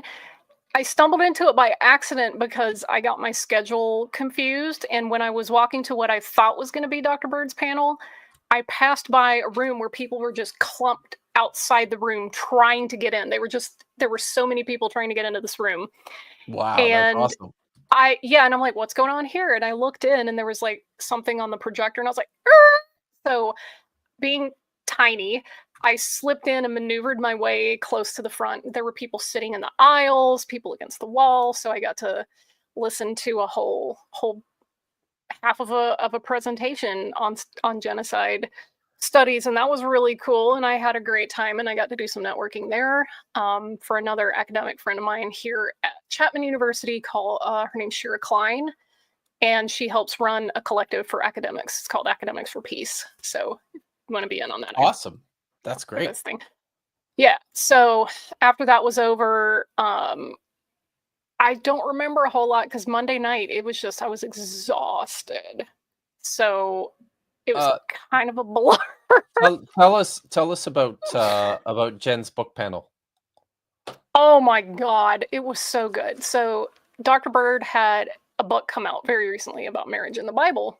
Go get it. And go get the book. And it's not that big. It's really not. It's not like one of these massive bricks of a book. And it was 4 or 5 other panelists reviewing her book. And she's sitting there while they're talking about it. And they all had such really smart and well-informed things to say. So yeah, marriage in the Bible. And the book. Uh-oh. So, it has legs, yes. So yeah, Dr. Bird, I learned almost as much from the reviews of her book that I did from the book itself. So just hearing scholars talk about other scholars' work and analyzing it was freaking amazing. I think I like book review panels maybe more than I like a lot of the actual sections. So, and then proof that I am at Dr. Bird, and she is leaning way over to get in frame. I just want you to know that, because again, Dr. Bird is quite tall. Quite tall. But yeah, that book review panel was great. Is Jen a modern descendant of the Nephilim? You know, the only thing I didn't have time to check for was like extra rows of teeth, maybe 6 fingers. Didn't really pay much attention to that, but no, I did have fun though. A lot of the co-panelists, their specialties were in just various areas. Vadim is asking me how cold was it in San Diego. I have a solid coat. Okay, so I'm cold basically all the time, and it wasn't that cold in San Diego, but the inside of the convention center gets real frigid. So if you're sitting in a panel room, you need to have a jacket. That's fair. I'm Canadian. So, I mean, I had my scarf. Usually I had layers on, like a t-shirt and this flannel, and then my battle jacket. But we were on the way out of the building at that point, and it was getting kind of evening in the evening. So yeah. Temperature drops, it gets chilly. So and Vishanti was not on her way to whiskey night. So I was not on my way to whiskey night. I was getting ready to go to bed. So yeah, that's why I look very bundled up. That's pretty standard garb for me around this time of year. So. And then did you do anything then on Tuesday? Or did you just... yes, I did. I went to Dr. Bird and some other scholars presenting on like gender issues in the Bible. So there were people talking about trans and queer readings of certain texts, interpretive modes, different like intersectional issues when it came to like biblical studies. She was presiding over that panel. So there was a lot of really good stuff people had to say about that. Like, obviously, some of the narratives like David and Jonathan or Ruth and Naomi came up, as well as there was a whole ass paper on Judith and her servant and how the structure of slavery and privilege is conditional even in like that structure. Like this whole thing about like, hey, Judith is a woman who lives in a patriarchal structure, but even though she had certain privileges in the narrative, she still had a slave. So there was this interplay between the power dynamics of Judith v. Holofernes and Judith v. her servant. So that was really great, and I can't wait for that paper to go get published, because I need to dig into that more. I also just love reading the book of Judith, because where else do you get to hear about a couple of chicks cutting off a guy's head? So SBL. You know, that's right. SBL. Mm-hmm. There you go. Mm-hmm. So, yep. Awesome. Good stuff. So, we ate hot chicken. Oh, yes, we did. Eat Southern hot chicken for the first time. Yeah. And that was very good. We ate a shit ton of tacos too. Yeah. As is right and good. As is meat and proper. You never get too many tacos. Especially in Southern California. No, definitely. Mm-hmm. So I think you didn't go the Satan's Guide to the Bible review panel. They actually had a SBL because review I was panel. You were at, yeah. But that was actually also on Tuesday. I wasn't able to attend, but I did get a note from Zeke Priestrup, the director, and he said it was super fun. He said he thought it went really, really well. Everyone had very nice things to say. So all in all, I think it was a pretty good meeting, pretty good conference. My first one since before COVID, which was it was kind of funny because when I was at the SBL section, one of the people I ran into there is Maxine Grossman, who teaches at the University of Maryland. Brilliant Jewish scholar of Second Temple Judaism and the Dead Sea Scrolls. They inducted Judith Plaskow into like one of the I cannot remember what honor she received, but her book is extremely well known in Jewish circles, The Standing Again at Sinai. Awesome. Love it. Yeah. So but it was funny because when I saw Maxine, there's the main queen topper. Oh, sweet. You need it. Yeah, you need it. It's good. But what I saw Maxine, she said, it's been so long since I've seen you. I haven't seen you, and then she said to me, I haven't been to SBL since like 2018, and I'm like, I haven't been to SBL since 2018. So, yeah. So there you go. So Vish, as having had your cherry popped, I'm interested to know. I'm interested to know. Tell me your thoughts of your first SBL meeting. I absolutely loved it. It was everything that I had hoped and more, and I can't wait till next year in Boston. Honestly, it gives me an excuse to go back to Boston, which I got to do. I got to go there for the first time this year. So I will be very excited to revisit Boston. And it gave me half a dozen ideas about research that I want to work on and publish as well. And I was able to meet some academics. They gave me their cards. Some of them in the very specific niche fields that I want to investigate more. So that was really cool. People just being willing to network and share whatever resources they can, even though I'm not technically one of their peers yet. That was very encouraging. So I wasn't getting the sense that this is some snooty, like, members only ivory tower club. It was like, oh my gosh, you're interested in this too. Let's talk about it for hours. So I think people, my experiences have always been that for the most part, people in the field are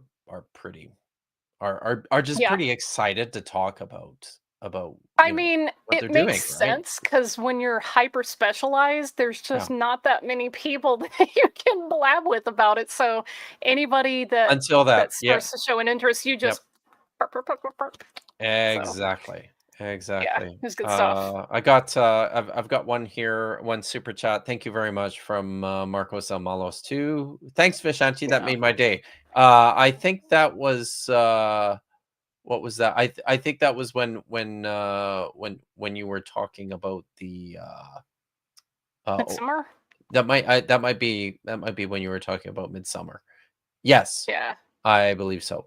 So, but Marcos Amalos, thank you very much. Ceviche. Ceviche, that's funny. I don't eat ceviche because it's trafe, but that is funny. That is very funny. Listen, one other thing that I'm going to want you to stick in the chat, and I'm going to encourage people to go look at it, is the link to your Vish list. Yeah, because let me grab that. Vishanti was bad, and she spent all her money on books. Oh, I spent money that I should not have on books. So they were all on sale. I had to get it. Help her out, please. Come on now. Hang on. Here, I'll just stick it there in chat. Okay. Right there. Yeah, there's a bunch of random stuff on there. More books because I can't stop. And some random practical stuff. And it's a sickness. I don't know. I should add like more practical things that I really need. Like, hey, I could throw a 20-pound bag of rice on there. I could put that would work, right? You know, but every time I add stuff, it's just a little tchotchke or a bookmark or another book because I can't stop. Yeah. So, yeah, but here's the thing. Simone is relating. Yeah, I figured Simone would know. The fine folks at the JPS booth were giving me some encouragement though, because I have a book stack that's like growing and growing and growing, and I haven't made a dent in it, and I was starting to feel really guilty. But they were like, treat it like a fine wine. You don't just guzzle a fine wine. You savor it and enjoy it in like proportions. So treat your books like they're fine wine. And that made me feel less guilty about having an ever increasingly tall stack of books that I'm not able to make a dent in. So, yeah, it was dangerous for me to be in the exhibition hall because there's just aisles upon aisles upon aisles upon aisles of books, and they're all at least 40% off. And that is difficult to say no to. Yeah. I assume that means you didn't that's probably for the best. You didn't participate in the the meeting and clearance. One thing that happens every year, the mad rush on Tuesday. Yeah, so Tuesday morning, they because it's expensive for publishers to ship their books to the conference and then back from the conference, so they don't want to do that. So on the last day, on Tuesday at SBL every year, prices are slashed. And when I was a PhD student, I and all my PhD student buddies, we would line up at like 6 a.m.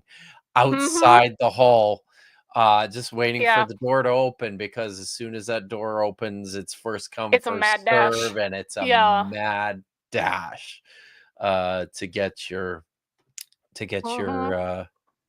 super cheap copies of Charles Worth's Pseudepigrapha.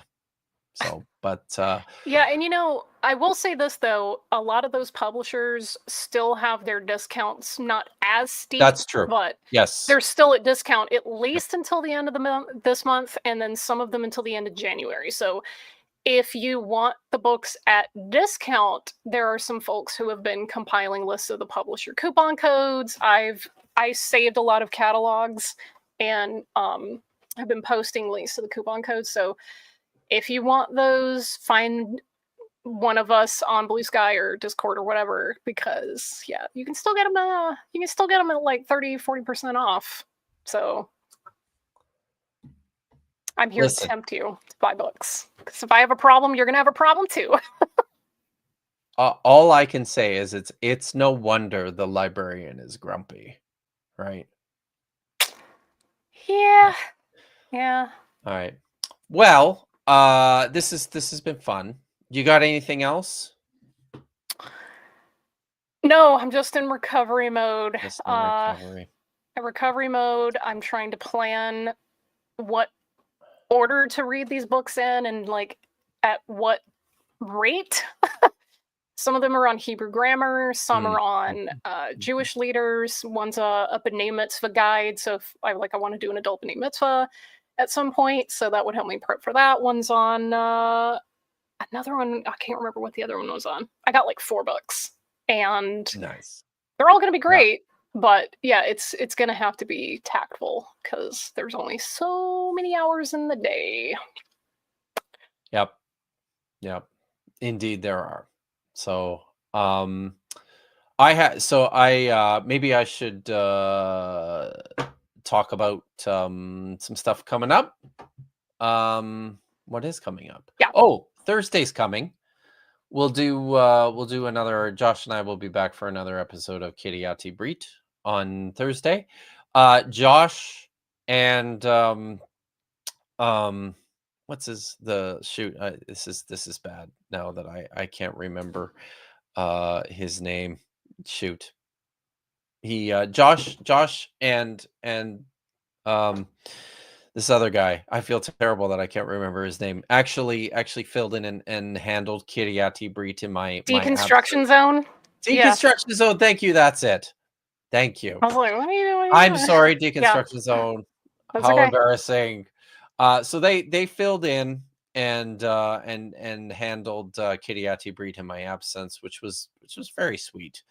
While I was traveling 2 weeks ago on Thursday, but Josh and I and Deconstruction Zone probably will be back in a couple days for that. We're supposed to, Josh and I are also supposed to be doing some recording with Holy Kool-Aid. He's putting together something about the conquest. These are like conquest narratives. So he's asked us to come on and talk about that. Is he gonna say anything about his little Passover misstep? I'm not gonna ask, Mish. I'm not. Okay. That's yeah. So I'm gonna leave that. I'm comments. gonna leave that alone. You can fire away in the comments to your heart's content and get banned immediately. Yeah. There you go. So I am in the middle of editing my interview footage with Heath Durrell. Dr. Dan McClellan and I had the opportunity to talk to Professor Heath Durrell at the University of Texas, Austin, about his fine work on child sacrifice in ancient Israel. It's a great conversation. I think it's super informative. I'm really excited about it. I'm in the middle of editing it. I'm kind of in awe at the fact that I still have it, because I had a crazy weekend. Over the weekend, I was at a family event over on Vancouver Island. I came home on Saturday night, and from the ferry, I drove my wife's aunt back home to Vancouver, and then turned around and drove out here to where I live in Chilliwack, which is like a 90-minute drive away. While we were driving, I got a phone call from my son, who was also driving back from the ferry, who had a flat tire. So we were like coordinating with BCAA and had to pick him up at the side of the highway. And there was like a big accident at a detour, and it was crazy. And we got home at like midnight on Saturday, and just as did you talk about getting to talk to Scott Stripling yet? Oh no, you're watching the wrong stream, Zach. That's not this stream. I don't care about speaking to Scott Stripling. You're thinking of that another stream on another channel. Okay. When I got home on Saturday night, Sunday morning at like midnight, at that moment, I realized that I had left my backpack. I carry my backpack with me everywhere. I left my backpack on the ferry. My backpack with my computer in it, with my headphones, with my my drives, like my external drives, one of which has my electronic library on it, which has like 500 volumes. It was a stressful time. It really was. But the crazy thing is that they found it. And so I drove all the way back out to the ferry this morning to go and collect my computer. So phew, I was able to do this.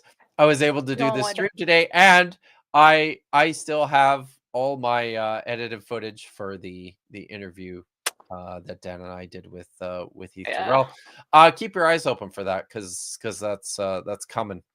And I can announce too that Stephen Woodford at Rationality Rules has sent me some clips of the upcoming episode that he and that Josh and I did on his channel as part of our ongoing response to Michael Jones and Dr.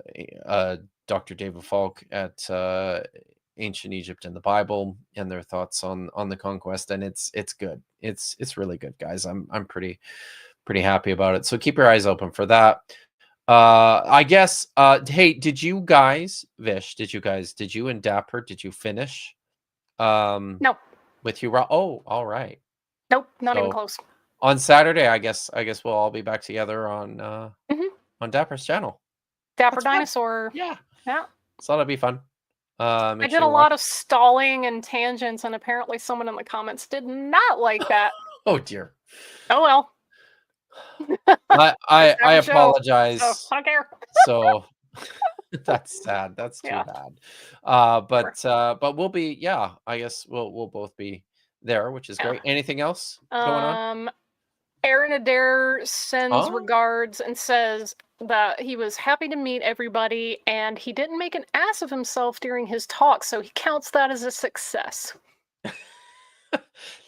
Aaron is it just clicked with me. Short King. That's it, right? Yeah, also Short King. Aaron's a he Short and King. Jacob. So Jacob too. That's right, Jacob. Also a Short King. So it's fun when you meet people and you and you attach a pair of legs to the torso. It's pretty great. So they still haven't seen whether or not I have legs. I've spoken about my knee. They don't know. I can attest to the existence of your legs. Yeah, but what good is the eyewitness testimony, man, without third-party verification? It's true. It's true. I saw a picture of you once with Dapper Dinosaur at the LA Natural History Museum. American, the Natural History Museum. You can see your legs in that one. That's right. Yeah. That's right. Yeah. So I mean, it's out there. For those of the people who don't know, I come up to about where Dapper Dinosaur's hip is, because he may look similar to a T-Rex, but he's not the size of a T-Rex. Are not that tall. So. Yeah, so so that's a thing. Oh, Neil. And we probably won't. Yeah, we probably won't. But we're off for December. No Diablo Critics this month. Happy holidays, everyone. But I'll probably be back for another live maybe next week. I got something I'm thinking about, and yeah. Cool. But otherwise, I have nothing else to say. I was gonna say if I could find the photo of myself and Dapper at the museum, but I'm starting to think that I put it univocal voice. Sorry. Univocal. Oh, there it is. Oh, did you find it? Awesome. Yeah, hang on. Let me open this in my browser and make it bigger so that are you guys ready for the proof, y'all? You ready for it? There it is. There we go. That's proof I have legs. Yep. So that's what she looks like. Yep. There you go. So happen to be a little bit of an armchair expert on the subject, if I do say so myself. Sorry. I got some new toys here. I can tell. Yeah. All right. Well, I think I need to get out of here. It is not Photoshop, Claude Simeon. I was there. We went to the museum. I have proof. Have you ever watched? The show today is no exception to some of the great work that I've done in the past. Sorry, that honestly that was a slip. That honestly was a slip. But have you guys not watched Dapper Dinosaur's channel. Like, has nobody seen it? It's how can you even? I mean, clearly, if anything was going to be CGI in that, it's me. Obviously. All right. Obviously. But we gotta go. So it's great seeing everyone. Thanks for hanging out, Vish, and The show today is no exception to some. My finger keeps slipping. Dude. I'm sorry. I'm bad at this. Very professional. Very professional. Okay. I'm actually I'm looking for my outro. But I don't know if I can see it. Where? Oh, there it is. I found it. So, but yeah. And thanks for meeting up with me and hanging out with me at SBL. Yeah. Absolutely. Thanks for letting me tag along to some stuff. That was cool. Super fun. All right. We're going to go now for real. See everyone.